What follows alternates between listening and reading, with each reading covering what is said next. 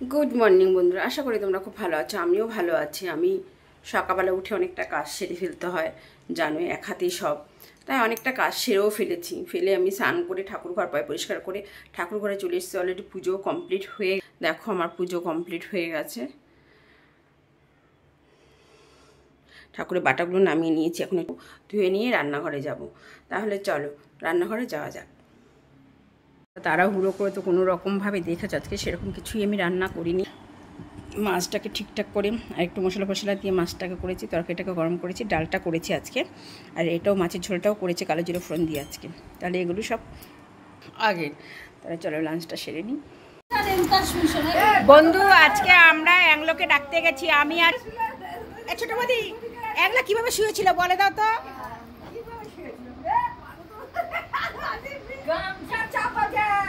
বলো বলো, ছোট বৌদি বলো কিভাবে শুয়েছিল অ্যাংলোকে।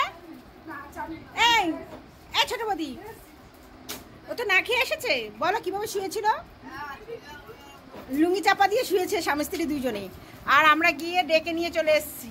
এই অ্যাংলো, তোমাকে ভালোভাবে সুন্দরভাবে ডেকে নিয়ে এসেছি, সেটা সত্যি কথা বলো। এই তোমাকে কেমন ডেকে নিয়ে এসেছি।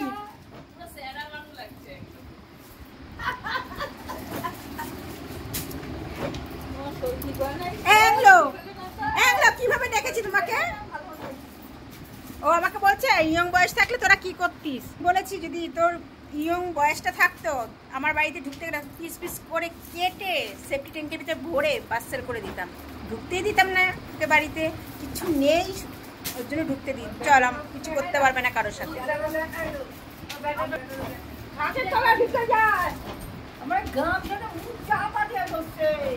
না আমি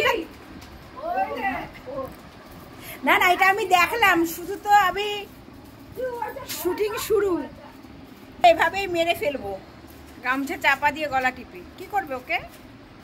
বন্ধুরা, আমি আর ছোট বৌদি বলছি কালকে আমরা ঘুরতে যাবো অ্যাংলোকে না নিয়ে। অ্যাংলো কি বলছে দেখো শানি, দেখো দেখো, দেখেছো। হ্যাঁ, তাই অ্যাংলোকে আমরা বললাম। অ্যাংলো ধমকি দিচ্ছে যে আমাকে ভয় দেখাবি না, আমি সারা দুনিয়া একা চলতে পারি। বলো তুমি কি, তোমাকে ধমকি দেখাবো না, তুমি একা সারা দুনিয়া চলো। কিন্তু আদৌ কোথাও চলতে পারে না। মাকে 1 বছর ধরে বলছে যাবো যাবো, যাওয়ার ক্ষমতা নেই মধ্যম গ্রাম। আর এদিকে বলছে নাকি ও একা সারা দুনিয়া চলে। কি জীবনে অনেক ঘুরে নিছে, অনেক জায়গা, কোন কোন জায়গায় ঘুরতে পারে ও জীবনে।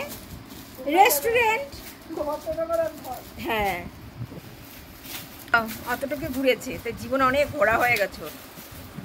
1 নম্বর বাজি, 1 নম্বরে মানে ঢপ বাজি। দেখো বন্ধুরা, তাই বিকালবেলায় আজকে একটুখানি খেয়েছি, তাহলে পেঁয়াজ লঙ্কা দিয়ে ডিম দিয়ে একটু মুড়ি ভেজে নিয়েছি। দাদাভাই দিয়ে আমার দাদাকে চা বিস্কুট, আমি একটু চা নিয়ে নিয়েছি। বিকেলে চা খেয়েছি, তাও আবার একটু চা নিয়ে নিয়েছি। তো চলো চাটা খাওয়া যাক, আর ওদেরকে চাটা দিয়ে আসা হোক। নিজে দিয়ে ছেলেকে দিয়ে একটু কাজ করে না, দেখো চাটা দিতে এসছে, বলছে মুখটা হরুম করে রেখেছে, বলেছে মুখটা হরুম করে রেখেছে, মানে কাজ করবে না এরা কিছু। চলো বন্ধুরা, তাহলে রাতের ডিনারে বসে পড়লাম।